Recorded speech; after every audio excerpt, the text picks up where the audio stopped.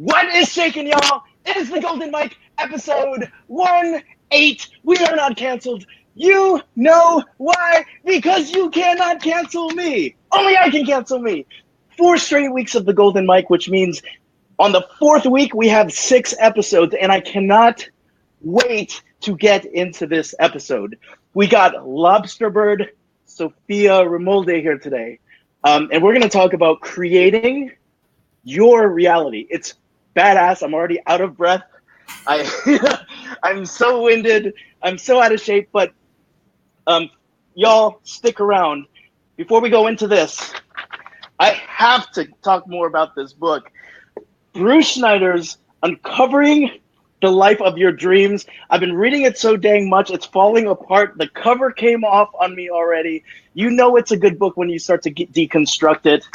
For those of you who feel like you've been asking the universe, there's got to be more to life than this. This book has so much stuff in it. It's free form. He wrote it in sort of these waking dreams that he was having. And like, it is unbelievable. You have to check out this book. You can go to Barnes & Noble and get it for $25. Canada, you can go up to Canada, spend $30 on it. Or you can join the Beyond Resilient group. And if you're feeling froggy, give $1 or $2 so I can give this book away to people who can't necessarily afford $25 right now, but need this book and these ideas. Sophia, this is why we give these ideas away. This is why we have people like Lobsterbird on the show to talk about creating your reality, because this is the time when we probably need it the most. Jorge, Emilia, Laura, hello, it's good to see you. Sophia, I don't know if you can see all the names on the as they show up. Yeah, I love this. It's amazing. Yes, Jessica Lee. I hope you're doing well, Jessica Lee. Jessica is up at The Ohio State University. I hope you're getting some rest finally, Jessica Lee. Kelly Reese, what? Yeah, that's right. It's Lobsterbird and Cordone on the 18th episode of the Golden Mike. It's going to be a fun one. Get some water. Get ready to go. Kelly Reese, thank you again. Hey, you two amazing souls. Takes one to know one, Kelly Reese. Just in case you haven't met me, my name is Mark Cordone. I have so much energy today that I'm going to blow these pipes out. I can tell. They were already sore from OSU, you guys bringing me out and having an amazing show this weekend. But I feel like I want to blow this out today, on Monday, the first day of the week with Lobsterbird. I'm a positive psychologist, which means 2 simple things. Are you feeling good? And are you functioning well? You can put those things together. You don't have to function well and give up feeling good. That's all I do. That's all I do as a positive psychology coach. So, Lobsterbird, That's Sophia, all? that's it. That is all I do. I mean, it must be the positive psychology, because I just like look at you and I get happy. So it's working. I look at you and I get happy too. So Lobsterbird, Sophia, let's do this. You may have seen this before. So everybody out there, if you're feeling good and you're functioning well today on this Monday, give us some hearts. Give us some hearts, please. Don't make us bring out the boxer pug today. Just give us some hearts, or we'll bring out the puppy, right? If you had one of those weekends where it wasn't quite what you thought it would be, you know, Sophia and I were just talking about it. Like, we were running a little bit late today, and things weren't going according to schedule, and we needed to get our energy up. And really, when it was like, let's get our energy up. If you're having one of those days where you feel like you need to get your energy up, it's okay to have those days. Give us a thumbs up. We gave you 4. We gave you 4. We gave you 4. And now, if you're feeling hopeful, Sophia, I hope you've seen this before.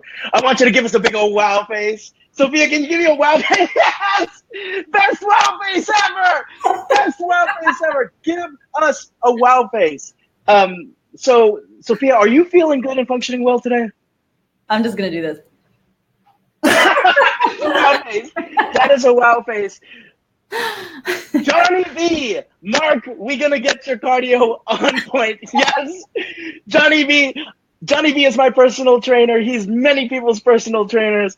I think I had too many Italian sandwiches this weekend when I was at OSU. I'm definitely feeling it. I'm sweating it out right now. It was just before the call, Johnny B. I made him do jumping jacks. I like totally exhausted him before the She's got my back. She's got my back. But I need to get in shape for these pilgrimages that we need to talk about in a little bit. Jorge, I want book. I want book. Guess what, Jorge? You got book, son. Just joined the Beyond Resilient crew. So given all that, Beyond Resilient crew is here as a Facebook group. So given all of this pomp and circumstance for this intro today, Lobsterbird. I said Lobsterbird. What's your story? Well, it all started many years ago. Yeah. In a dense forest, and there was a little girl running around barefoot and speaking with the animals and seeing the beings between the trees. And I'm joking, but not. Okay. That was me when I was little. And I'm not going to go back that far because I know we don't have that much time for this particular interview. But it's important to note that, you know, when I was little, I felt really tapped into something kind of otherworldly, you know, something that a lot of people like weren't seeing. And I felt like I knew things. And I talked a lot. I talked an excessive amount because I was young and I was like, I know all these things. And then, you know, through school and everything became socialized to like, you know, be more quiet and to not, you know, like be so imaginative, right? And so then I took a really conventional path and I did things like I played sports and I studied psychology and did all these things. And then it led me to doing art. Basically, I did performance and technology is where I ended up because always I wanted to, you know, make the world a better place. Like, to be honest with you, I'm going to be totally honest. I thought I was put on this planet here for a reason. And I thought that reason was to like save the world. Okay. Right? Because there's a lot of stuff going on. There's a lot of people that are sad, you know, and there's a lot of people that are in fear and a lot of people that aren't being treated, you know, the way that I feel like all beings should be treated. And so even as a little girl, I wanted to make this place better, but didn't really know how.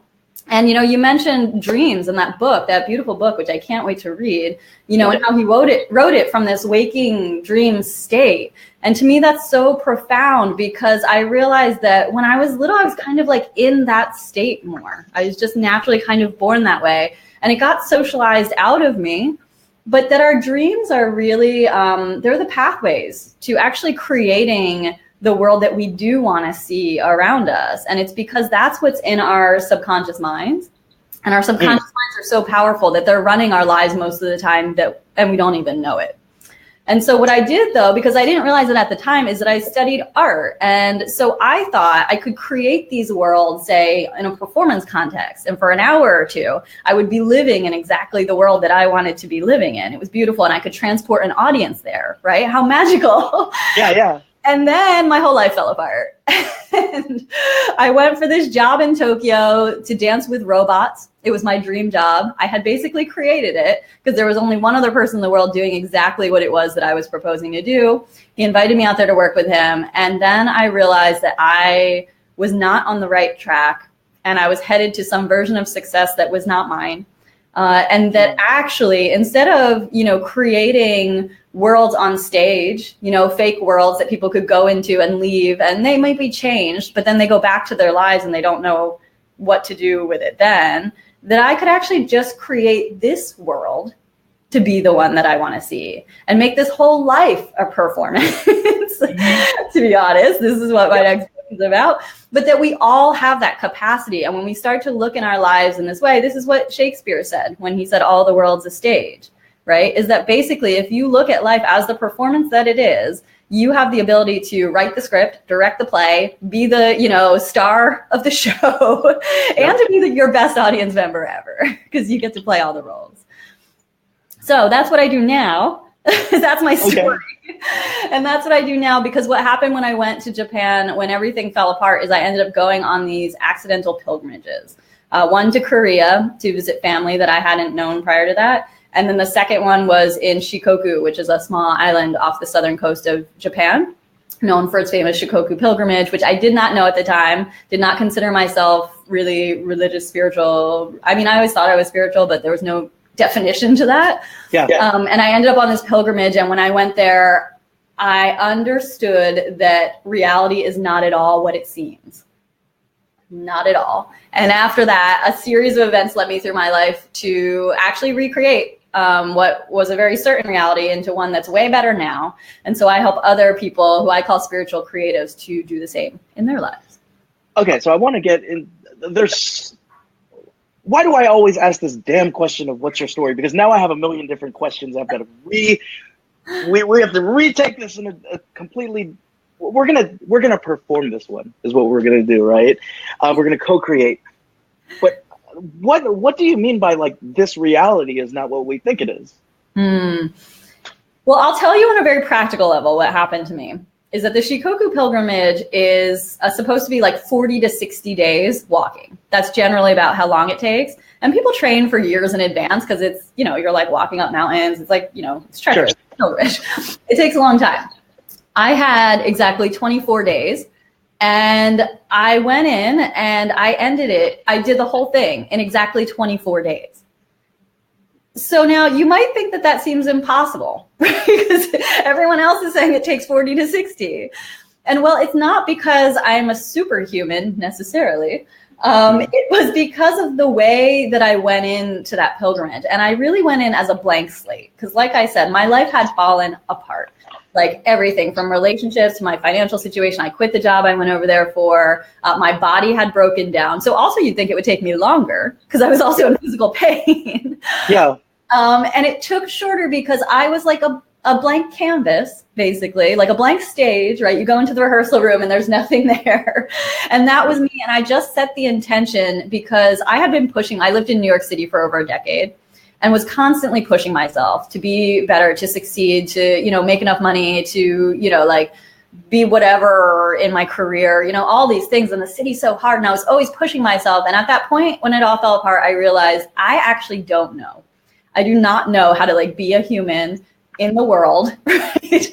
And I obviously don't know anything about time because I'm constantly pushing myself and I'm killing myself, literally. I was like burning out and That's what you were saying.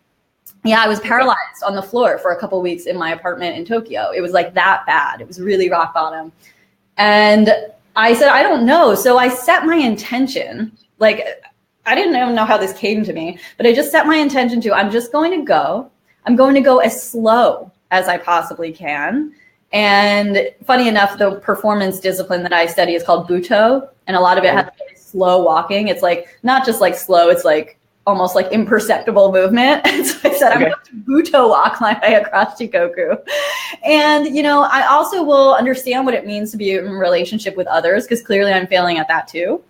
And so the whole idea of the pilgrimage is sometimes you meet up with pilgrims, you'll travel for a little while and then you'll go your separate ways. And so I said, if that happens, I'll just go with their pace. Like screw my pace. My pace is killing me. Right. And I'll just go with theirs and see what that's like. And so if I feel like they're going too fast, I'll just try to keep up. And if I feel like they're going too slow, I'll slow down. I'm just going to look at time and space differently. And who knows what'll happen? Who knows where I'll end up? Maybe I only get to the first temple out of 88.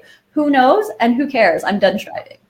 And so it was with that intention that I finished it in like what would take 40 to 60 days. It took 24 because magic happened. And so when I say that reality is not what it seems, time and space are actually a lot different than we conceptualize it. Like our human brains, we've created a very intricate and elaborate system to keep track of time and space. And it's not actually based on much except for our own ideas. And our own ideas are subject to change at any moment. Yeah, I love that you bring that up because in positive psychology, they make a difference between these concepts called, you're going to call me out again because I've been working on the technical words, but I'm going to use them because it's my show. Say it and explain. Kranos and Chronos. So Chronos is the idea that you look at a clock and it moves precisely according to these these seconds that we've created. Chronos is this idea of how we perceive time. And there are some days where I work with a few roller derby clients and they talk about going into flow, right? So the game is moving really fast and they're moving really fast. But then when they're actually making decisions, it's like uber slow. Is that what you're talking about? Yeah, that's when I talk about Buto walking, right? Because Okay. when you slow down, you're actually, like you said, able to perceive things differently. But it takes like an internal slowing down. And we tend to think the opposite, right? I tend to think like if I want to go faster and further, I have to go faster and further, right? But it's a paradox that like we actually go faster and further when we slow down inside. And because like this blows my mind because this is like physics, right? Is that actually like the speed of light, which is the fastest something could go, at the speed of light, time stands still. So if you can be in total stillness in here, you're moving at the speed of light. I'm done. That's a pre-golden mic drop right there. Johnny B just dropped in. Haha, dude, love these golden mics so much. Energy in here. Sophia, we're feeling it. We're loving it. Michael Faber from episode 17. Awesome story. Michael Faber, I hope you showed up and you dropped our story in W Balls. That's right. He is the host of a radio show in the mornings on WBLZ. W Balls. Good to see you, Faber. Alexandra Stockwell. This is awesome. Y'all stick around because Alexandra might make an appearance on this show maybe sometime this week. Hope you are writing well, Alexandra. I think you were writing this week. So keep it going. Maybe we can slow down time, go to the speed of light to get more things done, right? So I think that concept of Buto could work with anything. Jen Reed, wormholes. I'm glad that you brought that up because this book talks about wormholes and portals. Oh my gosh. No wonder I have to read it. Yes. So Jen Reed, maybe you inspired us to talk about wormholes and portals, but I wanted to go back at this right now.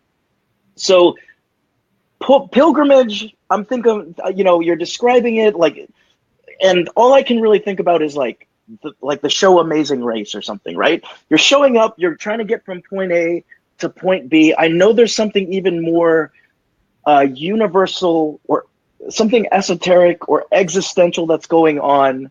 But as of right now, I'm thinking about like, okay, you cleared your mind, you're going from point A to point B. You're going slower in your mind, but faster in not reality, but faster in whatever it is that you've constructed as reality. What is it along these 24 days when you're walking from point A to point? So there's something that's going on, right? Like, yeah. What is it that's going on during the pilgrimage? So the answer is actually wormholes. Jen was right. Congratulations, Jen. I also want to say that Jen is one of my heroes, as I call them, who has been on a pilgrimage with me. So she had right on, Reed. Right. But so I do what I call wormhole coaching. This is like what I call what I do. Because my whole thing is like, hey, in our lives, we're here, we're at point A, right? Mm-hmm. And we want to get to point C. We want to get to where we want to be in our lives, right? Whether it's in our career, our relationships, our finances, like whatever, we're here and we want to be here. And what's in between there is point B, right? Point A, B, and C. So what happens when you fold in point B is A and C are right next to each other and you just hop over there and you're done. And like, that's a wormhole. And so we thought, or we generally tend to think as humans, like, that it's something like you have to be in a spaceship to find a wormhole, right? Love creative, like visionaries, right? But the people like on Star Trek and Star Wars and all those great, like movies and books like Isaac Asimov, like they were predicting the future. Yep. Just you don't actually have to be in a spaceship to find wormholes. So I'll go back to the Shikoku pilgrimage and tell you that, again, what a wormhole looks like, what we think it might be like is something very mystical and magical. And it is. But it's also just something really practical that will happen. And so it's a matter of finding wormholes, which are everywhere, actually. They're around us all the time. Yeah, I know. There's one like right behind your left ear. But be careful. Be careful. Wait, come back. Because it's really important which wormhole you pick, right? Because a wormhole is a thing that's designed to suck you in and take you faster towards a destination, right? And so if that destination is not aligned towards your end goal, you get taken in a totally different destination, like, right? In a direction. Yep. That's not the one you want to go in. And that's the one I was in when I was like dancing with the robots. I was like in a wormhole headed the wrong way. Like that was not aligned with my heart. But so when I was on the pilgrimage, right, so 24 days doesn't seem possible, but I set this intention, which so in our real lives, that's what it is, right? It's real clarity on what your intention is, right, and what your goal is. So that's point A, right, is your attention. Point C is your goal. When you have super clarity on them, then you just have to get to point B. And what's that? That's the one obstacle that's stopping you from getting from point A to point C. And when you take out that obstacle, that's when the two meet, right? So for me, like I told you already, my intention was like to get as far as I could go, to like take the pressure off myself, right? To like really go as slow as I could go, which at the time I didn't know that was like the whole name of the game, right? That you go faster when you go slow. I didn't know, but that was my intention. And, you know, my destination was, yes, Temple 88, of course. But Temple 88 to me really signified a healing of all of this stuff that I've been doing to myself, you know, over the years, all of this pressure to have a certain kind of success, to be a certain way, to really like heal that by the end of this journey. Like I wanted to have an understanding of like where I was supposed to go and what I was supposed to do. And so for me, point B was like it was my own ego, point B, but it was my own like stuckness on understanding time, right? So when I took that out and I was just like, whatever is going to happen is going to happen, wormholes appeared everywhere. So one appeared as this guy who was basically like, hi, so I have a car. Do you want to like, he's like, and I'm only going up to Temple like 14. Do you want to come with me to Temple 14? And I, you know, judged whether or not I thought it was a safe scenario. And then after I decided it was, he was on the pilgrimage for his wife who had passed away, and he was doing it in her memory. And I just thought, well, I'll go with this guy till Temple 14, right? And I did that. And then he was like, bye, at Temple 14. And then I just kept walking, right? And like, I even took a few days to go on a side detour because another wormhole appeared, which is I had this guidebook that my sister gave me. I didn't read it because I was like, I don't need that. Whatever, I live here. And I opened it up right before I left. I opened it up to a page that was bookmarked. I've never opened the book, but this page was bookmarked and it was about the Shikoku pilgrimage. And it talked about this place called Oki Beach. And I was like, I have to go there. And it's like not on the pilgrimage trail. You have to like go out of your way to go there. I had put the bookmark in there. I didn't even read it. Like I just like was some weird, it was a wormhole, right? Like, Yeah. Puts a bookmark randomly in a book so that like months later they can find it and not ever know that they had read that and then go to that place. So I took 3 days off from the pilgrimage to heal my knee. And it didn't matter. One would think, oh, I can't take 3 days off if I want to get to Temple 88, right? I have to keep going. But that's not how it is, because I found another wormhole which healed my leg entirely so that I was more efficient while I was walking, right? Like, so I can't honestly say it was like a million different causes and conditions that come together, but that's the magic of when you're working like this. It is magic, and it will seem like things are happening that are like totally in support of everything that you're doing, because they are. So are you talking about the idea of synchronicity? Yeah, I think I am. I mean, for sure. Looking for a wormhole, are you? I was like, how can I wormhole to answer this question? I think that they're a little different. Okay. To my mind. I've never been asked this, so that's a great question. I experience synchronicities in my life all the time. I think that's what happens when we let go and we kind of like surrender to a knowing that's beyond our own knowing. Right? Then we start to see signs everywhere. And so I think that's what those synchronicities are signs that are leading us in the right direction. Okay. A wormhole is something that like when you find it, you know. Now, what do you mean by when you find it? Because we've got some good comments here. Stockwell, good to see you again. I hope your book is going well, because you're like always tuning in. Love to see you here. Sounds like a great approach to being busy, right? But I guess what I'm hearing is you're getting shit done, but your mind is not busy. Exactly. Right? Yeah. Jenny Reed, it's amazing, magical. Wormhole. Here's an interesting one. Johnny B, Donnie Darko. Mm-hmm. Is that a similar? Yeah. Because if you see the movie, that you've got these like things coming out of people, right? Would those be wormholes? Do you remember? Like, it's been a while since I've seen the movie. Me too, and I'm trying to remember. But I think so. Like, I mean, I think what it's really about is this is a lot of what I work with people too, is about our perception. As you said so beautifully before, one of my, like my 3 power truths, actually. Can I just throw out my 3 power truths at you? Absolutely. Let's catch them. Okay. The first one is energy is everything.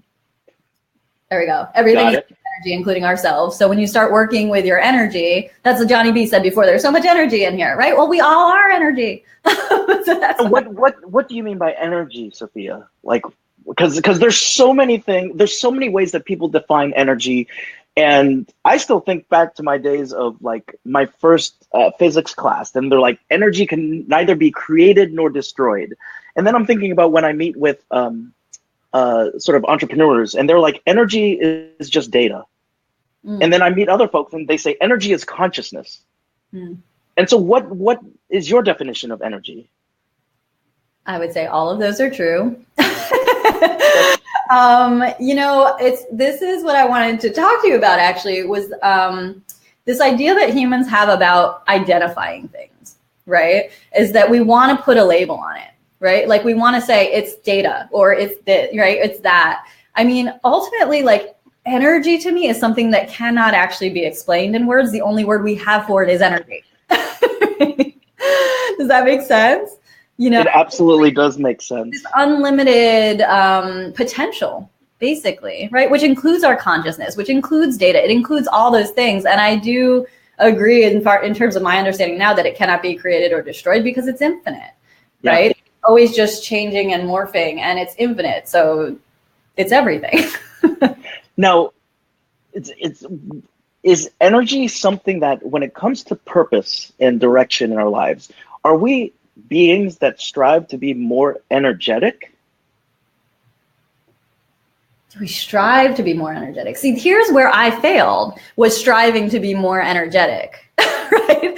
Because that idea of striving, I think, is it's like counter to energy, which is something that just is, right? And this is when we talk about slowing down. And to me, it's that, like, you know, extreme presence that I was talking about before with you, before we started this, you know, is that it's really about resting in this knowledge that we are energy, right? Like we're this like almost untapped, unlimited potential. It's untapped because until we start consciously working with it, we feel like we need sources of energy outside of ourselves in order to be able to do things. Right. And I mean, that goes to everything. This is like, now what I'm going to say is going to be highly controversial to some people, but like even things like food, you know, like, and, you know, certain things that we think we need to make us healthy. Like it's true. I encourage like healthy living, and totally, like, I'm very conscious of how I'm living in the world. But I think also if you're working on a level that really is having you come from a conscious level, which is that it's like, it's the zero state field is another word for it that quantum physicists use, right?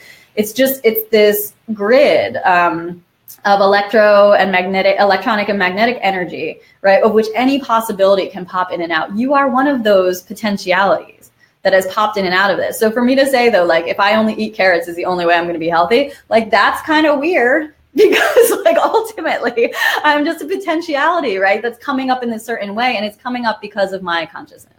Gotcha. This is moving so fast that I have to tell my mind to slow down right now, because there's so many good things that are coming out right now. And by the way, this idea of slower is faster, I need to give a shout out to my roller derby coach, Hung Fu, because when I was actually trying to skate faster, he said, Manila, slow down. And I didn't understand what he meant. And he said, slower is faster, bro. Yeah. So Hung Fu, I think I might be getting it now. So if you're out there, it's good to be thinking about you, Hung. So let's go and talk about, so energy is everything. Throw another thing at me right now. Let me see if I can catch this one. Number 2. Yeah, Perception number 2. is power. Perception is power. Perception is power. I like to just say it 3 times. and it'll just show up. It'll just show up on the screen. Exactly. And you say it 3 times. And you already said this earlier, right? Is that the way you perceive things? And you were talking, it was when we were talking about slow and fast. I love that, Hung. And like, that's why it's so important to have a good teacher and a good mentor, whether it's in roller derby or whether it's in life, like life coaching, right? Or whether it's in business, right? Is to have someone who really understands the way things work on a very deep level and can help you to tap into your own potential and your own energy. Right? I think that's, yeah, keep going. Yeah. Sorry. No. Go ahead. Well, I think the idea of power is, and let me know if you agree or disagree with this, but the idea of power when embodied in the self equals the feeling of freedom. And I feel like when you have the feeling of freedom, that's when you can create. And based on what I was hearing with the idea of the last thing, what was the thing? Energy is everything. And it's an absolute illusion for us to think of this maybe Western notion of acquiring energy from the external world. It's actually something that's internal that can be used to create, right? So the idea that you perceive this as an internal thing versus an external thing would be extremely empowering, extremely freeing. I mean, as you say that, I feel myself like feeling lighter. I don't know. Yeah.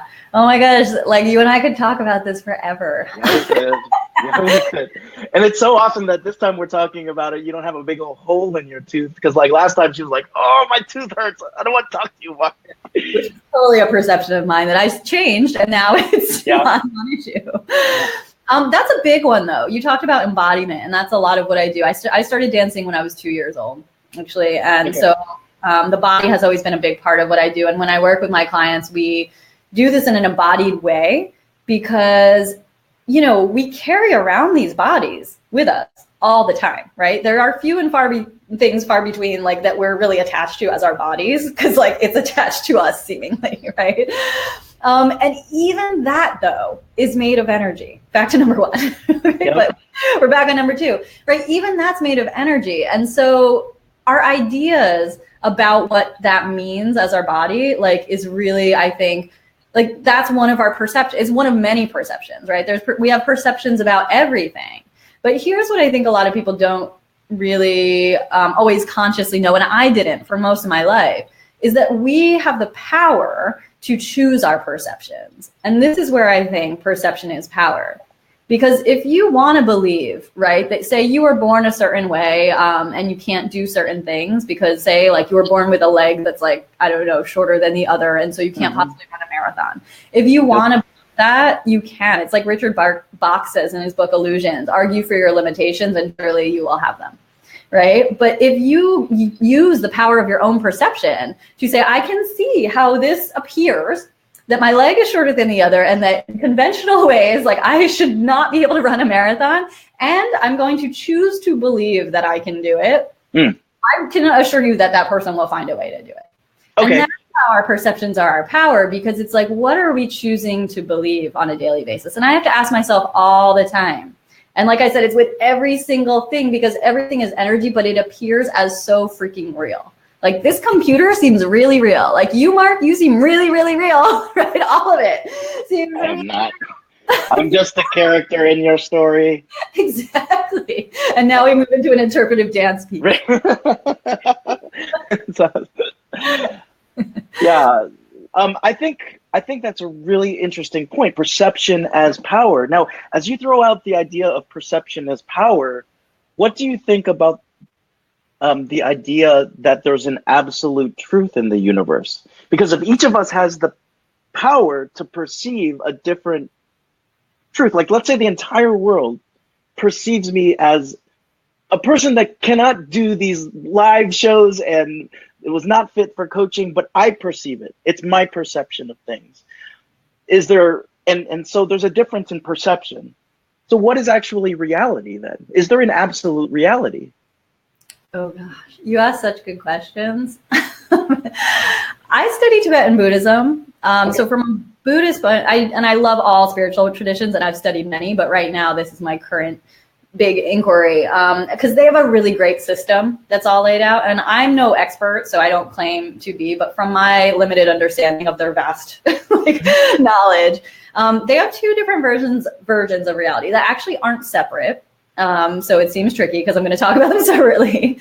But one is relative reality, which is this one that we live in, right? It has the table, it has the kitchen, like, I have my job, right? Like, things seem like they're functioning. I mean, things are functioning actually at a very high level in this relative reality.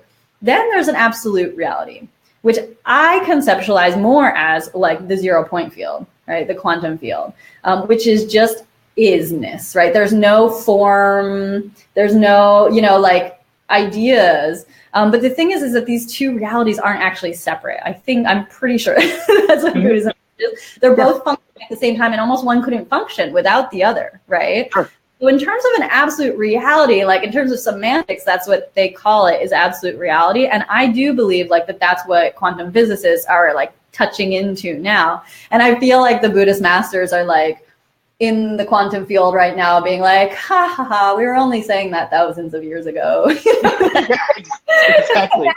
But now they're proved, right? Like that there's a 0 point field. Right. I don't think they would do that, but if they were to do that, they would have every right. Well, I'd do it because I have because of my dang ego, my point B. Right. And they don't have that. So I can't propose to say like they're like not doing that. But that's why they're going through all these dang wormholes and portals. That's like why you're Schneider, like Schneider is. We would be laughing at everyone else's ego, so we're not enlightened. But yeah, totally. All that said is that in terms of what you're saying though about truth, I think is a different thing, because I can't say that there is an absolute truth because that implies that something is untrue. Right. And then that to me creates constructs like we often have in this world. We do it as humans to organize the world. Right. But if something's true, that means that something's inherently not true. And I'm against that thing. And I think that doesn't necessarily exist on every level. Yeah, that makes total sense. And I think when it comes to these constructs, the constructs are so real to us that it creates reasons for us to pit ourselves against one another. And I think maybe you can see a real strong manifestation of that happening in terms of what we see if we watch media, and how much of that is even constructed to reify sort of systems of knowledge constructs versus knowledge constructs. Is everything okay? Did I give you a gas bubble from this? No, I had a moment, because this is, again, going back to that like little girl in the woods, right? Yep. Like this to me is actually why I think it's so important that people get on board with creating their own reality, with co-creating their own reality, because there's so much out there that is doing it in ways that are harmful, ways that like pit us against each other, ways that put us at war, ways that create poverty, like poverty also created. It does not have to exist, And so it just, when I hear you talking about that, I know, because the media is designed exactly like you said to reify that, like to keep up that perception, one that is false, in my opinion, right? Okay. If individual people started to really consciously create their own realities, we would find that more and more people are creating realities that are full of love and full of peace. Because I think ultimately as human beings, like that is what we want. Like who wants to be in a world that's full of war and hatred and pain? If someone's here, please comment. I would like to talk to you. Absolutely. Some people would say that they do, but I would say still they're seeking for love even within that pain. Sure. Now let me throw this out there, because I feel like I feel like we're hitting a point of flow right now, because you're answering questions even before I'm writing questions down that I want to ask you, and you're answering them. And so actually I wanted to go back to baby Lobsterbird. Yeah. Because at this point, you've gone through pilgrimages, you lead pilgrimages, you've authored these amazing books in short amount of time. So I have a feeling you use these wormholes for a lot of things right now.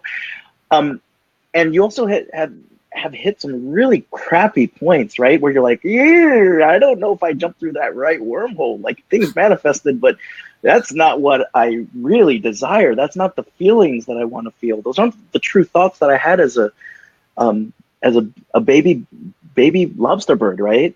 So there's these ideas of constructs that we're having now. There's these ideas of perceptions, and perception being power. And you went through all these years, but then when you were younger, it sounded like you had this intuitive knowing. It doesn't sound like perception is power. It just sounds like you had intuitive knowing. And is that something that when you walked around with and you basically got, you talked about being unsocialized or socialized. Both. So Socializing. Yeah, completely. Learning and unlearning, right? There was learning and unlearning going on. Do you feel like that's something that everybody has, like, do you feel like everyone intuitively has this learning, and somewhere along the way we are unlearning things we already know when we're younger? Yeah, I do believe this. This might also be controversial, but I do believe that we all of us, every single person on this planet, like, and without judgment for what any one of them are doing right now, I believe we all chose to come here on this planet at this time, like from wherever that realm is. I can't even pretend to explain it. I can't explain. Okay. Because I was about to ask you, I was like, what? But like from the energetic field, right? Because I mean, so this is point number 3. Can I throw it at you? And Absolutely. and then keep describing. All right, point number 3. Ready to catch it? Yep. Consciousness is creation. Say it 3 times and it will. Consciousness is creation. Consciousness is. Sorry, mad typos. I can't see it. So. All right. So this is great because actually, as I said, I'm working on editing my manuscript right now, and my book launches on May 8th. But like, I'm deep in this, and I talk about these concepts like in the book. So these are like teasers, also. Oh, so rad. Okay. Yeah, it's also helping me to know what to write. This is the perfect example of creation. Then this is the perfect example of co-creation too. Of co-creation, yeah. Because we're not just like, it's not just me and a void. Like their whole myth, right, about artists, right, where they just like are geniuses and like create something in a void. Like that is just impossible. To go back to Buddhism, they call it interdependence, where everything is actually connected, right? And like, so everything has a cause and effect on something else. We just don't know what's happening. And there's an infinite amount of causes and conditions that could happen to bring us to this moment right now. Right. But so anyway, there is no creation in a void, like where it's just one egoic being. I just want to make that clear. But when I talk about this consciousness as creation, is that even if you want to conceptualize it as the 0 point field, which is where just like it's energetic, right? It is our consciousness that has us pop out of that field and into this relative form, right? So on some level, we have to have chosen it. Like we have to have thought it. Right. Like in order, and that's why, like when people say energy is consciousness, like that's why I say, yes, I believe that's true. Right. Because it does stem. And that's why I think like, you know, all human beings are creative at their core, is because we have this consciousness. Right. And so back to your question is that I think this is for me, this is my belief, is that because we chose to come here in this form for whatever reason, that when we're babies, we're like the most purest form of that genuine, true purpose that we came in with, right? And then though, we have this abrupt like shift from being in the womb where it's all like nice and warm and beautiful, we're like thrust out in the world and it's cold and someone's smacking our behind and like we're choking and like all of a sudden we forget everything. Sure. Right?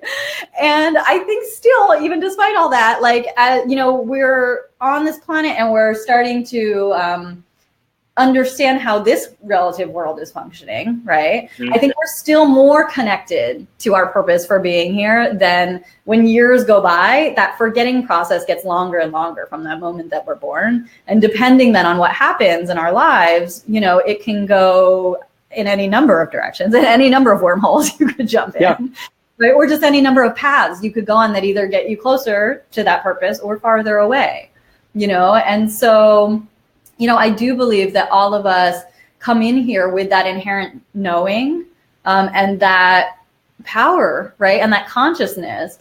And so it's a matter of, I really do think, you know, just as the universe is constantly contracting and expanding, like it's just the process, right, of the way it's going. I think it's a constant process of like forgetting and remembering, learning and unlearning, right? Yep. I couldn't have described any of these concepts when I was 4 and running around in the forest, right? I think it's clear now in communication that I can, right? Sure. But I went through a whole period of forgetting that I was tapped into these energies. You know? Sure. Get here. Well, there's something to be said about just even the hand motions of learning and unlearning, because the notions of death and growth, right? The notions of inhaling and exhaling, right? Everything has sort of a cyclical kind of nature to it, and even learning and unlearning does as well. And then I'm thinking about just the idea now of when you first explained to me the idea of a pilgrimage, and I was like, it's a really fast fucking walk, that she was going through. And then I'm like, hold on a second, like if we just translate this meaning wise, that's totally the hero's journey, right? You came in someplace, and the hero's journey often has that point B. It's that point where you have to make a decision, or the point where you learn something, the point where the universe tells you something, and then you have a responsibility to carry through with point C, and then it just seems to envelop and your heroic self comes out. And so like now all of a sudden the epicness of walking 24 days is no longer walking 24 days. I mean, I'm just saying my experience of hearing you just tell your story right now. And I mean, do you feel any connections with like heroes' journeys and stuff like that? Like, I know I'm throwing a lot of stuff out there. Have we never talked about this? This is like crazy. My program is called The Hero's Way. It's based off of the structure of the hero's journey. I like to lovingly call Joseph Campbell Grandpa Joe. I did actually have a Grandpa Joe. And maybe it was him. So did Charlie from Charlie in the Chocolate Factory. He never got out of bed. Grandpa Joe sitting around waiting for Charlie to get his golden ticket. Then all of a sudden he's not lazy anymore. But I'm sure your Grandpa Joe is different. That's my ego again coming across and judging Grandpa Joe from Charlie and the Chocolate Factory. Oh my gosh, can you sing that song and that dance? Can we do that dance number that they do when they get out of the beds for the first time because they're so excited? Oh my God, what is it? I never thought that I would feel but I've got the golden ticket. So let's talk about your golden ticket Yes. for the pilgrimage. What is that? Like, what is the hero's way? Mm-hmm. No, we haven't talked about it before, but I can show you. I don't know if you can see here, but this back wall. Oh, you can't see it. I've got the way that I write my books is by taking Jungian tarot cards and spreading out the journey and talking about how the hero would go through the books. And if you read my book has, you can't tell, but to me, there's a universal story that everyone can relate to. So I got like the teacher so that's all random stuff. But yeah, the hero's journey is huge. My books are actually like the chapters are titled by the hero's journey in both my books. Amazing. Now I'm for my third book, which I'm already planning. I'm going to a Jungian deck and do that. So thank you for inspiring me. Yeah. Okay, so sorry to cut you off, but talking about the hero's way. Yeah, so so now it's like on 3 meta levels. So the first one is that what I realized going on that pilgrimage was, for me, pilgrimage is the quickest path to transformation that exists. I think because you remove yourself from your ordinary life, from ordinary world, as Joseph Campbell would have it, right? Mm-hmm. And all of a sudden you're just like in this special world and you're immersed in it. And you have to like discover the new rules, right? Unless you just quit in the middle of it, which is like that would be part of it. If you chose that, you're in it and you have to see that through until you get back, right? So a pilgrimage is a hero's journey.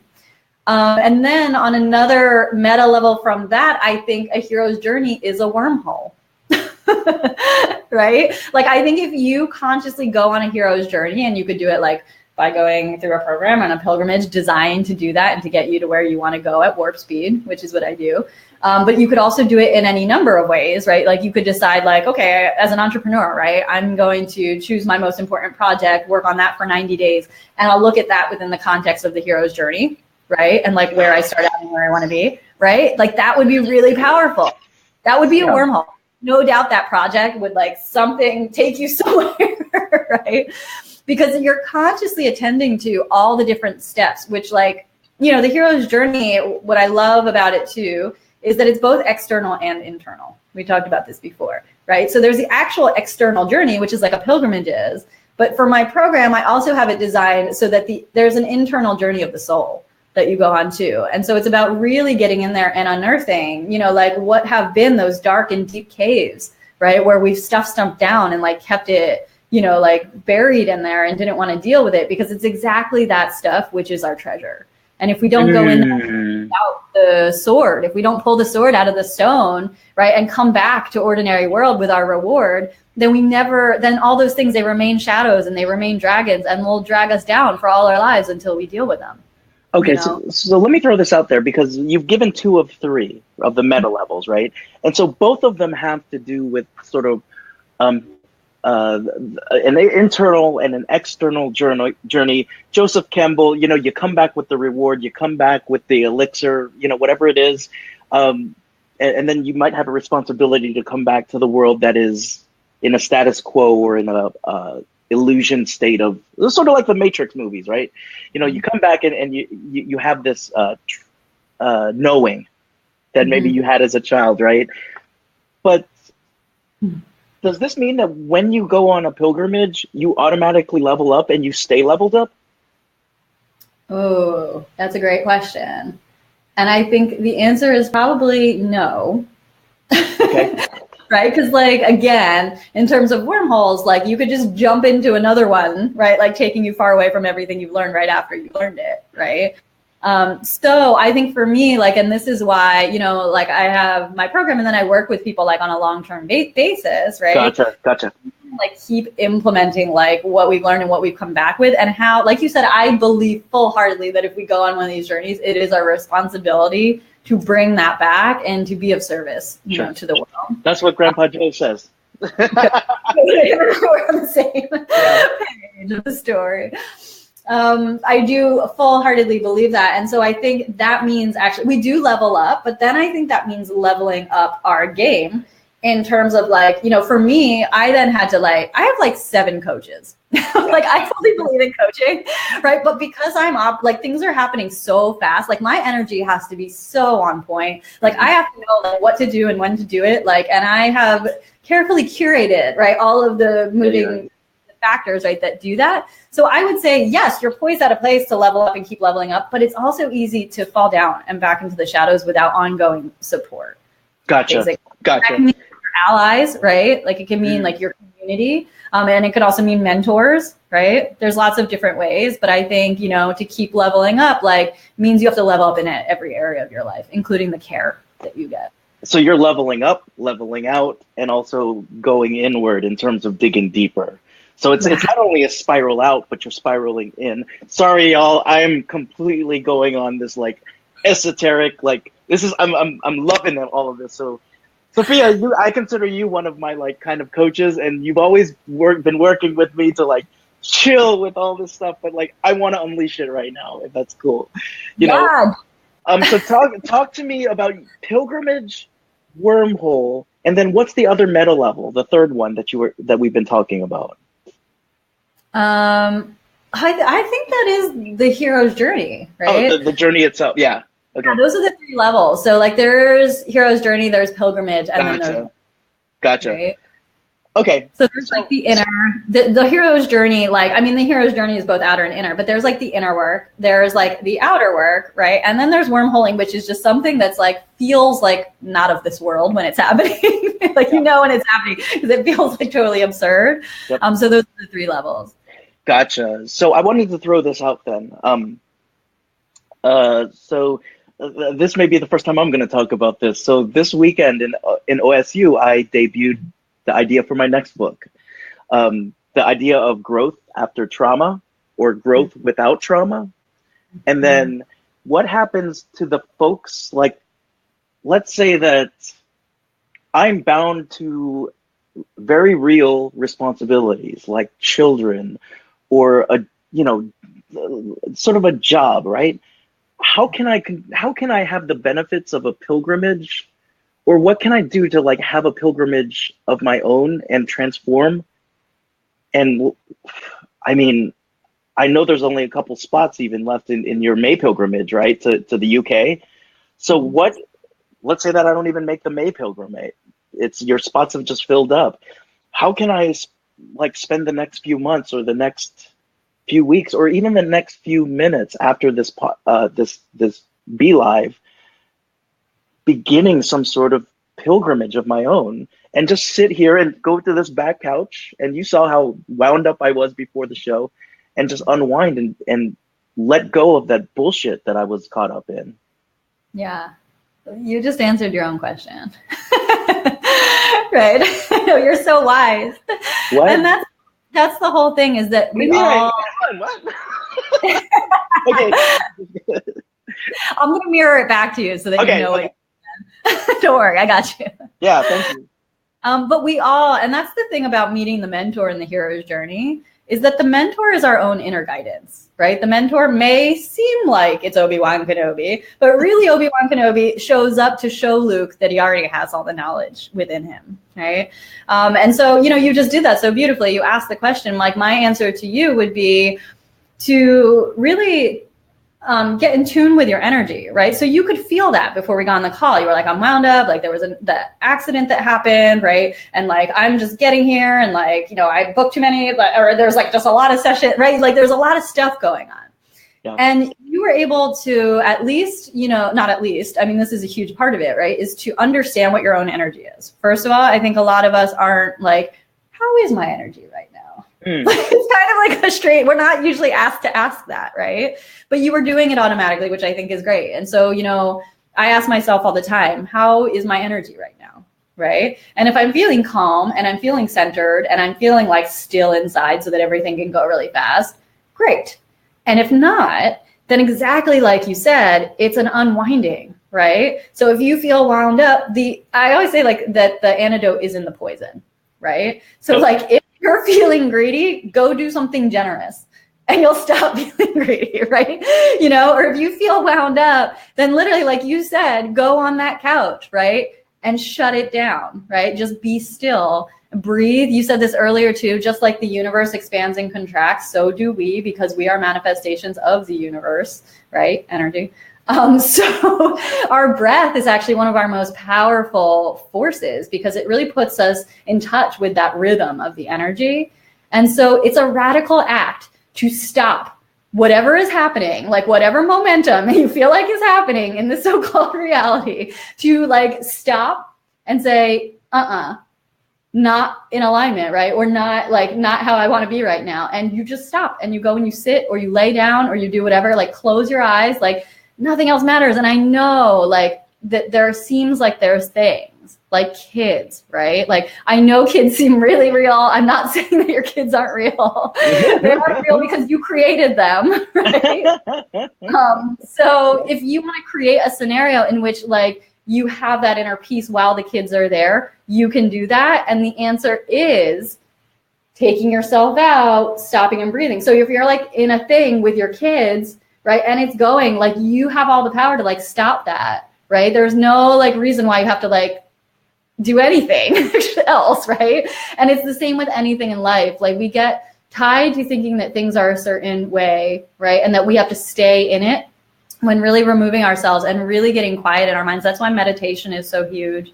That's why and it's only gaining in its power because things are getting more chaotic in the world and we need ways to like slow down and center. So it could be something like, I don't know, do 20 jumping jacks, like see how your energy is after that, right? But just do something. You have to have the consciousness to stop it and then do the opposite of whatever it is that's happening. That's fantastic. And it would just go with sort of the law of nature. It doesn't go against anything we already don't know. Jen Reed, I'm catching up with everybody. Humans and things, all and everything. Sure. Yeah. Johnny B, 333. This is something very meaningful to Johnny B. He's got 333 on his forearm. So the idea of signs and people having your back. Kelly Reese, thank you for catching the replay. When you see us mention your name, share this one out, Kelly Reese. Hope everything is well.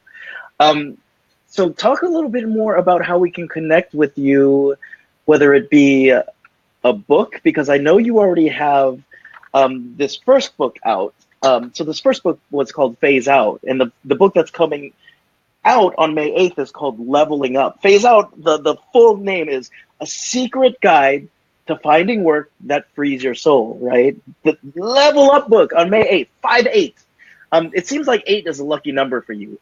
8-8, Temple 88. Today's the 18th of 2018, May 18th. is so I don't know. I don't know these signs. I'm just thinking about it, right? But Yeah. the book is called Leveling Up, calling all spiritual creatives to heal your life, find financial freedom, and create the world of your dreams, right? So is this a sequenced book that we should read? Like, should we read Phase Out first and then Level Up, or? Well, I think with everything, it depends on where you're at. You Okay, certainly don't have to. Like, it's not like if you don't read Phase Out, you won't understand anything that I'm saying and level sure. up. I think there's some people that are living their lives and they're like stuck in things that they want to get out of. And that's what Phase Out is for, right? When it's just kind of that like unknown, what am I going to do with my life? Like, why isn't this working for me, right? To me, pilgrimage was the path that allowed me to find the work that I was here on this planet to do. Yep. So that's that book. But then Level Up is for, the people who are coming my way who were really ready. They're like, had some idea, right? They're that like other little girl running around in the woods somewhere else in the world, right? And was like, I just know I meant to do something, right? And so they usually become artists or healers or even like have conventional jobs, but are like really good at it, and just like do a million different things. There's like it's a certain person that really is like, and I'm ready right now, right? I'm ready to like make money. So I'm like thriving and not just surviving, right? I'm ready to like heal, like including like my physical body as well as my relationships and my emotional life. Like I want to be happy and I want love and I want to do it right now. And that's who Level Up is for, really, because it's really possible to do it right now because wormholes are real. Yeah. And there are ways to do that. And so I go into some of these ways in Level Up. So is this one of the ways with your upcoming book? Like, like you were just talking about with self-coaching me. And by the way, the check's in the mail for that session, for getting me unwound. But and it will be in the form of this book by Bruce Schneider. So thank you. But when you're talking about, or when we were talking about, like, what about that person who feels like they're stuck in a place and they're like, I can't do a physical pilgrimage. Would Level Up be a good book to read for someone who's ready, but then also maybe bound right now, Yeah, I think so. Yeah. Because, Okay. like for me, and I don't know if now's the time to mention this, but I really want to like speak to your audience, and say, I totally understand that feeling of feeling bound, and feeling like there's these things in my life that are preventing me from living the life I want to live. And they can be anything. And they likely will show up as anything. And so that's the thing, right? On the hero's journey, there's the call to adventure, and then there's the resistance to the call. Right. And it's an important part to know, right? To feel that call to adventure and to feel like you want to do something big, right? And feel like, and hear that and like seem like everything is telling you to do this, but I can't because I don't have the money, but I can't because I have kids, right? But I can't because of my health, right? There's a million resistances to the call that we will have. It's a part of the process, right? But to know that to keep going on that journey and to really, like benefit is to bust through that resistance and answer the call, And so the reason I'm speaking to your audience is that I would also love if anyone is feeling the call, then like I will seriously answer it on the other line. Right? You can literally call me and we can do an adventure session, right? And just get you clarity, right, on like what that is and what's stopping you and how to get it out of your way. I would love to do that, like for your community. That's awesome. Because it's hard, like you were saying, right? Like when we're like stuck in our own thing, it's hard to see the way out unless we have like what seems like someone else, right? Yeah. Objective voice, right? I know that we're not separate, but for all intents and purposes, like we're doing mirroring each other, right? And really like seeing what path is best to go down. Because like no matter what you want to do, and especially if it's something big, right? Like making an impact on the world, there's going to be a million things that come up and are going to try to stop you always. Right? But so, just to know, like, and I say this with all the love in the world, that they are our own excuses, and they are our own resistance. And so not that you can totally have them. Like I said, I'm going to quote Richard Bach again, argue for your limitations and you'll have them, right? That can mean anything. But if you are really feeling that call, then you owe it to yourself. And I believe you owe it to the world to answer it and do that thing you're meant to do. I think the world. And just to quote Maslow, who I also believe was a very brilliant sort of a humanistic writer, like Grandpa Joe, right? Maslow, I think one of his last quotes was, "What a person knows that they can be, they must be, and anything less than that." Now I'm adding my own. Anything less than that is going to result in something like regret, and those are things that you can't change, you know. So Grandpa Abe, as I call him, with Grandpa Joe, like these were folks that before these major wars, the World War I and World War II, and folks started to focus on psychopathy, the bad, the negative parts of psychology. There were writers like Joseph Campbell, like Abraham Maslow, that were saying our fullest potential is something internal, because you're talking about psychology, right? And it's a journey, but also if we ignore the call, if we ignore what that person that as a child we always dreamed we could be, that all-like state that we always felt when we were imagining, or even the brilliance of reading something like a Calvin and Hobbes cartoon, because Calvin is creating this world with Hobbes the whole time, and it's magic, right? It's all like it's wonder, and if we deviate from that, we can start falling into these trappings and illusions of what happiness is, when that true happiness is just living at our full capacity and serving at our full capacity. That's just me throwing out what I interpret the humanistic movement to be, and what I'm getting from this. So that's so cool. And I mean, I think that's it. And that's why when you asked me what my story is, I kind of jokingly went back to that, like little girl around free, because I think ultimately we all have that capacity to be free. That's the very state of our being. As energy, we are free. We are unlimited, right? And so all of those things that we imagined as a child, or perhaps are dreaming about now as we're adults, even if they're back in our subconscious mind somewhere, right? Those dreams that make us feel that awe and that wonder, and where we can build worlds with our friend Hobbes, right? They're all really...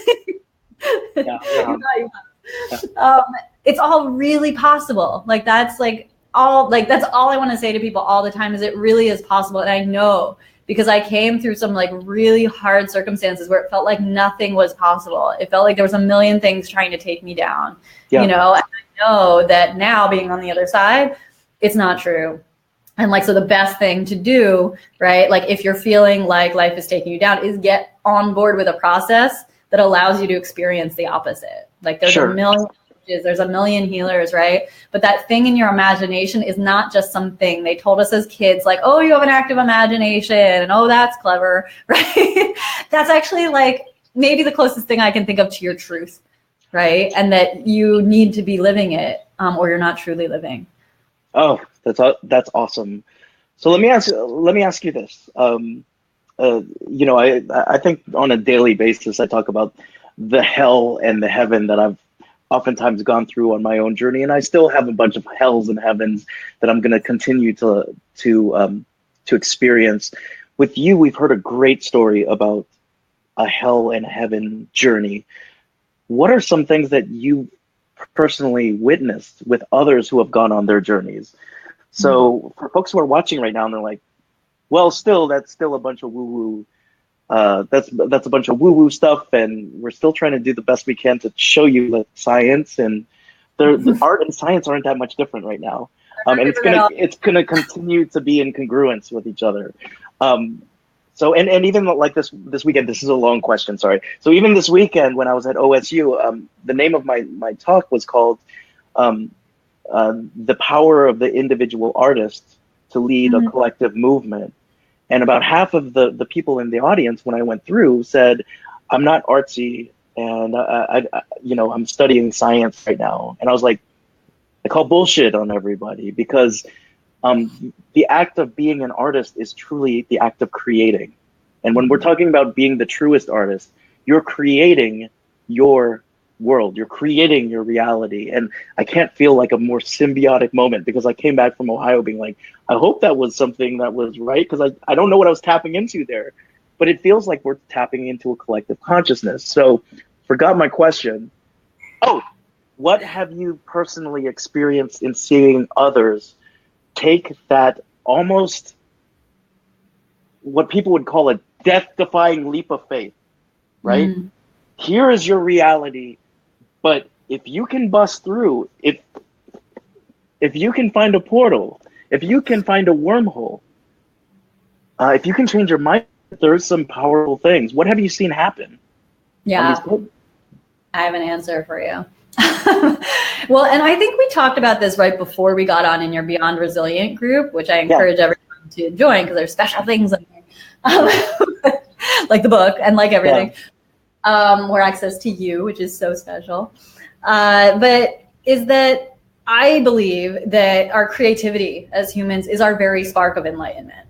And I believe that every single one of us has that within us. It's that fire in your belly, right? It's that like thing, it's that dream in your heart, right? Like we all have that, and we have the capacity to create because we are conscious beings. We're actually, we're always creating our reality, whether we're consciously doing it or not. Like that is what we are. That is what we do, in my humble opinion. So with that said, I believe that in a way we're all artists because we're creating the world. And so, you know, some of us unconsciously, like this is to also say it's really important to say that whatever is going on in your life is not your fault in a way. I know this is hashtag paradox alert. I say to my clients all the time, right? Is that if we are creating our reality, then why are we creating realities that sometimes suck, right? Yep. And that now, if you're in pain, I don't want to say like it is not your fault that you're in pain. Right? There's a whole, again, back to that infinite causes and conditions thing, right? Is that there's a whole bunch of factors which contributed to this moment right now. And it could be that, you know, like you didn't, you know, like have parents that allowed you to do certain things, and that led to other things, and then school, you know, like X, Y, Z. And furthermore, like even in our own conscious evolution, right, to be really kind and forgiving to ourselves for where we are right now. Like, I think if you're actually tuning into this right now, you're really like at a heightened state of consciousness, right? Like, because you're on a path to understanding this, or you wouldn't be hearing it. You created this if you're watching it. Wow. And so I will give you a specific example for a second, but there's one person that comes to my mind and heart when you say that. I really like, you know, we've been working together for a while, and there's a whole long period where it was like just a lot of care, you know, and a lot of forgiveness and a lot of like presence with what's happening. Because so for my one hero, I call my clients my heroes because they're on the hero's way. So for my one hero, Kim, you know, Kim had some really serious stuff like going on in her life. She was on disability because she was in so much pain, physical pain. She was diagnosed with all these things like fibromyalgia, things I can't even say. I don't know what they are, you know, like all of these things, and was literally like disabled for years, like couldn't get out of bed. And she was a very competent like woman. She's really smart. She's also a healer and really in tune with other energies. And like, now, I do have to stop you here, Sophia. Oh yeah. Is it? Does Kim have our? Would Kim have our permission to talk about it? Yeah. Okay, I wouldn't say anything about my client that wasn't allowed to be. Because this show is about sound coaching as well, folks. So just making sure. Thank you. Thank you for that epic approach. Yeah, totally. I mean, Kim's like put this out on Facebook, and her story is also in my book, by the way. Right on. Okay. But some serious things, and I think like it's important, and I know that Kim would also want this story to be heard, because like anyone could say like, well, all of those, like having some serious like physical disabilities that cause her to be unable to function would mean that like she can't do certain things, right? Like that's what like the logical explanation would be, and that she'll go on disability, right? Because like we have this great system set up with the government, right? And then like everything kind of was okay for a while until she realized like it wasn't okay, right? Mm-hmm. And that she's also a healer, and so what the heck? Like, what's up there, right? And it brought up a lot in the shadows, right? And going into special world and going deep in those shadows. And so I say this because like it was important to exercise a lot of care, right? Like for herself, and for in our relationship working together, right? Because it's not her fault, like, right, that she's a healer who's having these problems. Not at all. That was part of her healing journey. And so I say this because on the other side, so Kim just went with me on my pilgrimage to Tulum, to Mexico, not in January.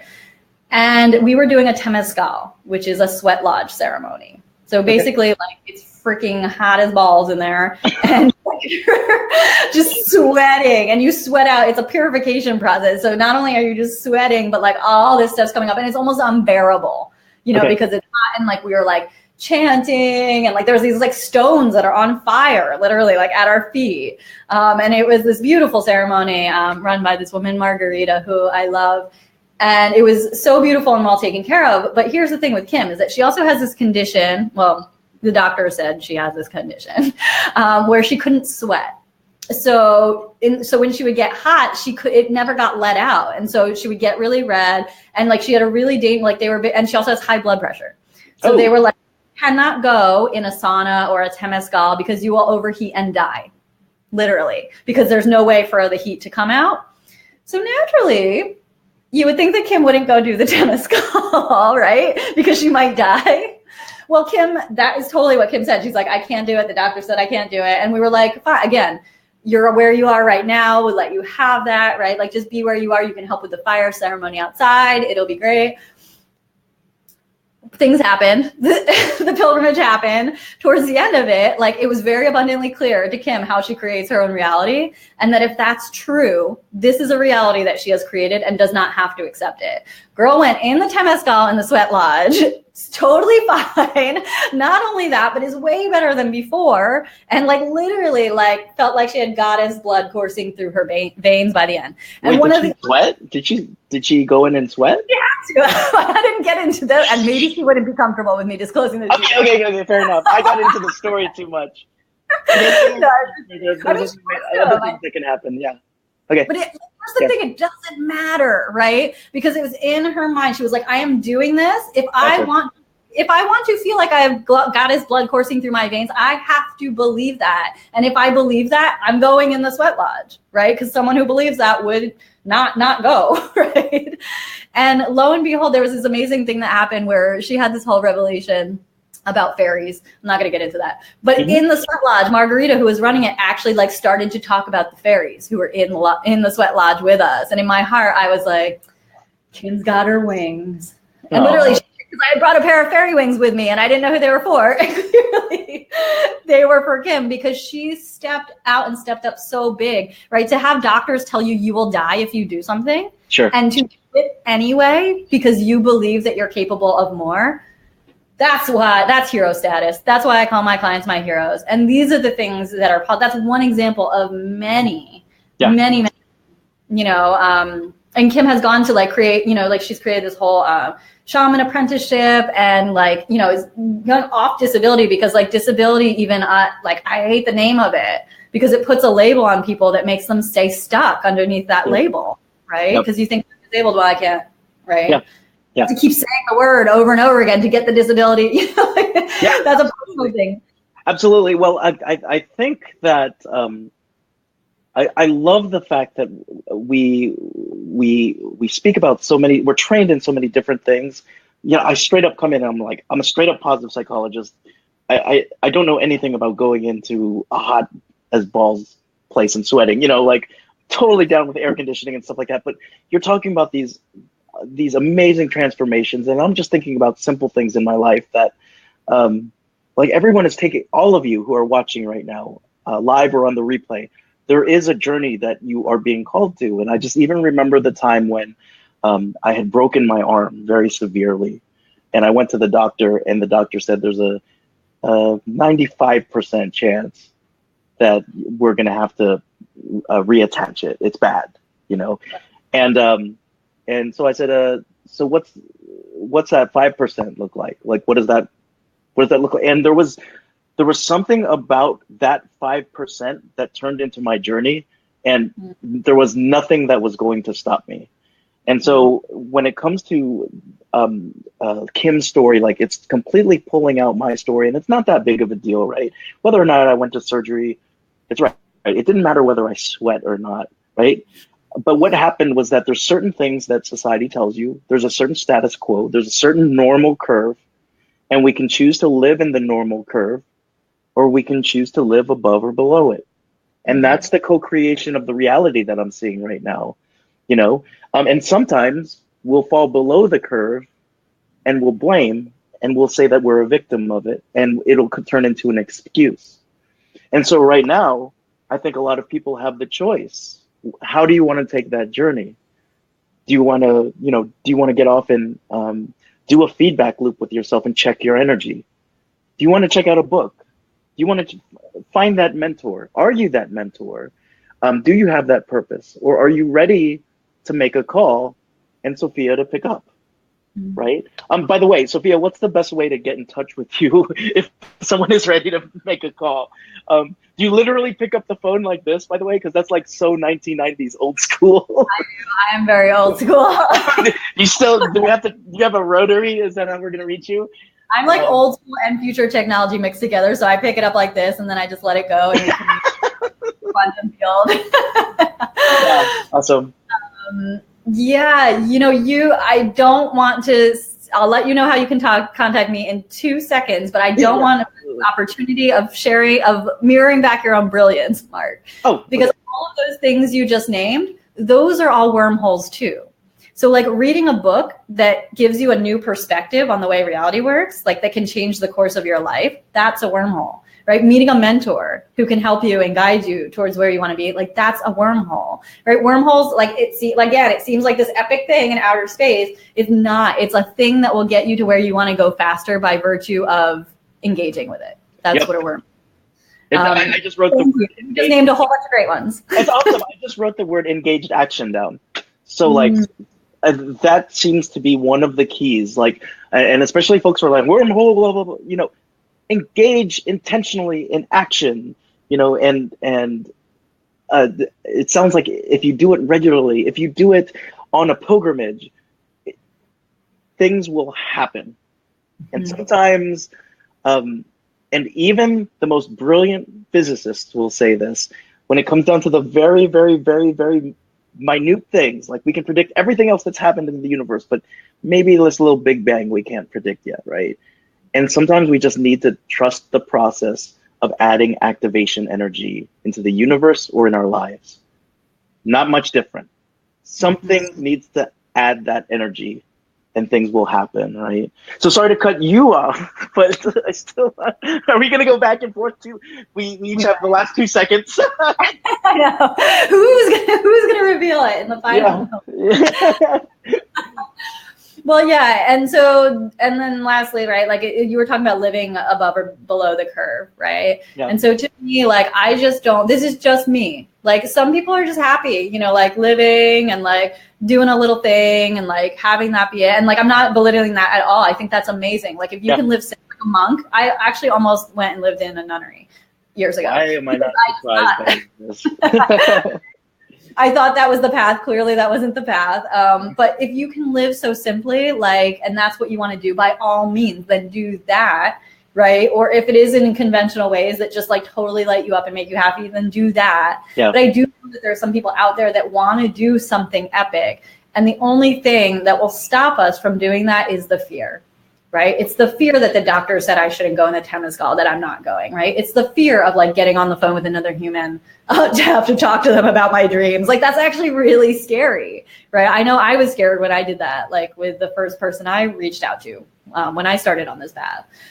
There's a whole lot of things, but fear literally is the one thing that will stop us from doing anything that we really want to do. And so it's my invitation to you. If you're like, I want to do something epic, help, right? Or I know what that is, right? Like, and I just need that. Like, what's my wormhole? Yeah. I'm so happy to do that with you. And so, yeah, you can friend me on Facebook on my personal page, Sophia Remolde. You'll put that there, right? If you say it 3 times. Yeah. I'm a human. It's not like some weird business page. I do on my Lobsterbird page, but Sophia Remolde. You can also email me, sophia@lobsterbird.com. Either of those are totally great.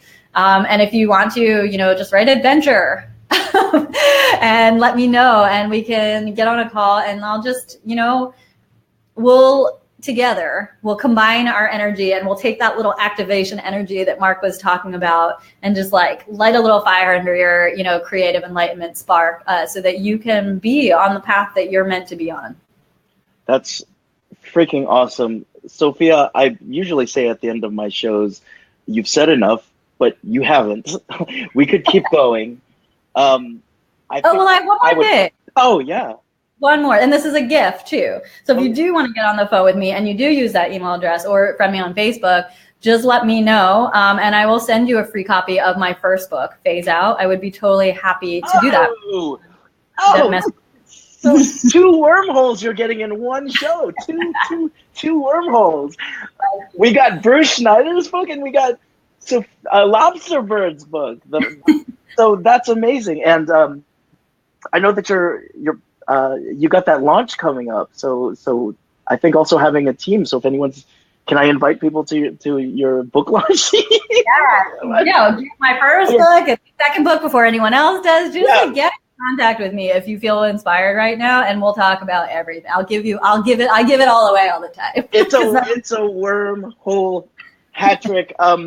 Sophia, yep, it's a 333, Johnny B. 333 for Johnny B. So for this episode, you've said it all. It was absolutely perfect. Do you know why the show's called The Golden Mike yet? I think, am I supposed to drop something? No, yes, I love it. So we're not finished with you yet.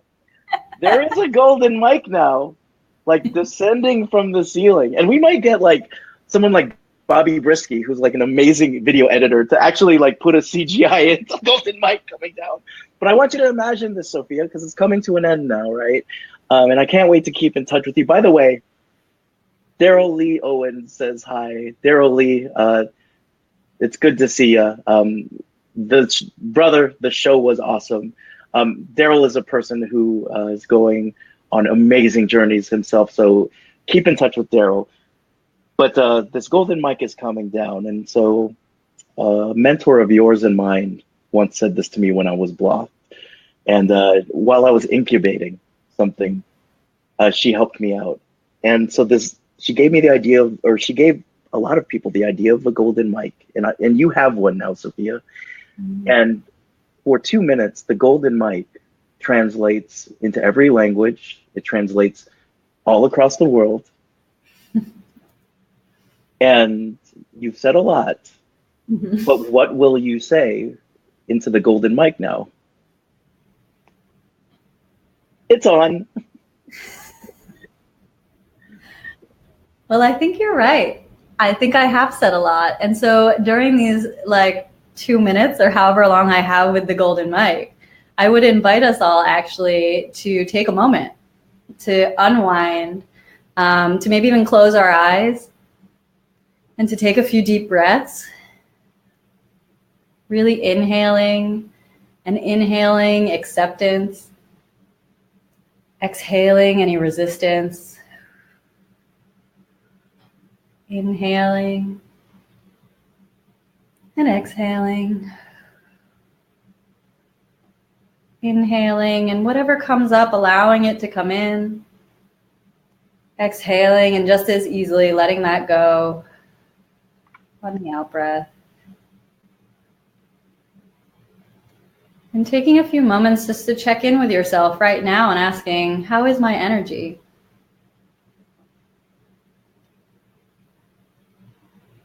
And really listening for the answer.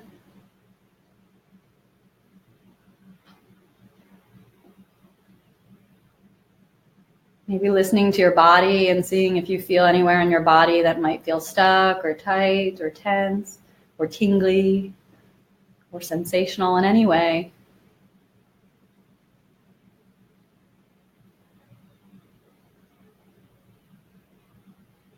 And I think the best use of this time with the golden mic is to get in tune with your energy and then ask yourself, what do I need? Right after this call, what is the thing that will best serve me and this energy?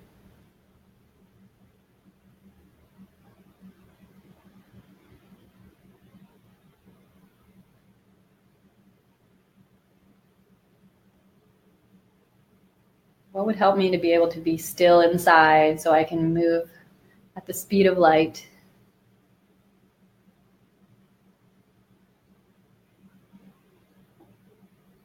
As there's a golden mic, perhaps there's golden speakers, which are amplifying whatever the answer is for you. So even if it's a quiet whisper, like go close your eyes on the couch, or go pet the puppy, go read that book. Just turn up the volume a little bit on these golden speakers, so that answer reverberates all around you.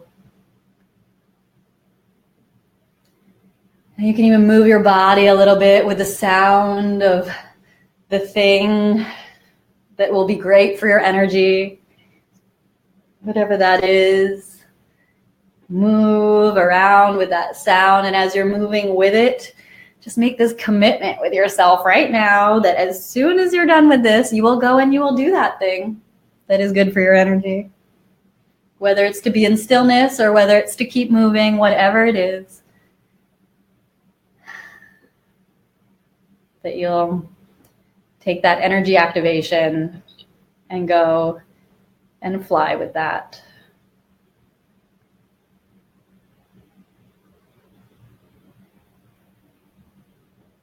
And then taking a few more breaths here, inhaling and exhaling.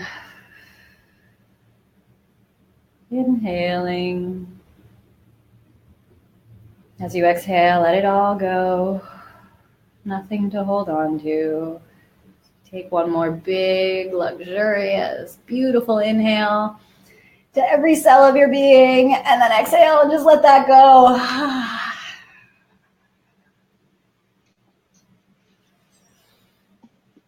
The mic fell away. Wow. Wow. Never had a golden mic like that where there was more silence than there was talking. And I must say that I feel very different. So with that said, it's your boy Mark Cordone, episode 18. I got blood running through my veins, baby. Sophia, you nailed it. Lucky number 8. Her book is out May 8th. Get in touch with her, Sophia Remolde, Lobsterbird. There's so much more you can find out about her. Go to lobsterbird.com. I'm your boy, Mark Cordone. Feeling good, functioning well. Peace. We'll see you tomorrow. Have a great week. Thank you, Sophia. Thank you, love. Oh, my God. Oh, my God. What did you think? Yeah. Wow. Yeah? Did you go for like ever? I don't know, Ma. That was crazy. I was like, surely he's gonna cut me off like any second now. No, well, I think the thing is like whenever it feels right, like some people will go 10 minutes, other people will just keep going, and then Bobby Brisky will put it all together at the end of the month. So we're actually putting together monthly compilations to boost all of our SEOs. Nice. So, right? So like good mean he was gonna like teach you guys. Yeah, like probably not for this one there, but there's another one where there was a guy and he was like, and so like it was just perfect for the mic. I love that. Ooh, I hope mine has like crystals on it and stuff. How are you feeling? Like, you feel good about the performance? I think yeah. Okay. I feel like we sent out a really important transmission into the universe, right? That someone's going to hear. Like, I just hope one person hears it and it helps them, with what they're dealing with. I think it was super intense. And I thought that,